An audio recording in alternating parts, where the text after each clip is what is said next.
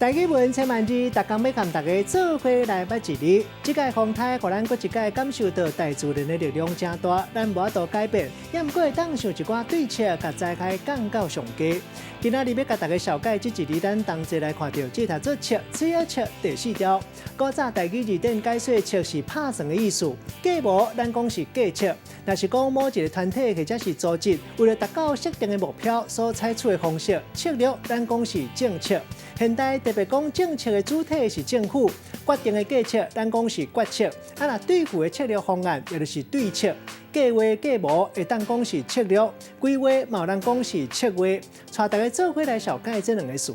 头一个读做计策，意思就是计无甲策略；第二个词读做对策，意思是对付的策略甲方案。咱用一句话来举例，甲这两个词合做伙。比如讲，有时阵拄到歹厝骹，叫皮皮唔入厝睡，搁赶伊袂走，厝主就要提出对策。假使讲若是无，请神容易送神难，无计策来对付就害啊。今仔日小解这一日读做策，提供给观众朋友来参考。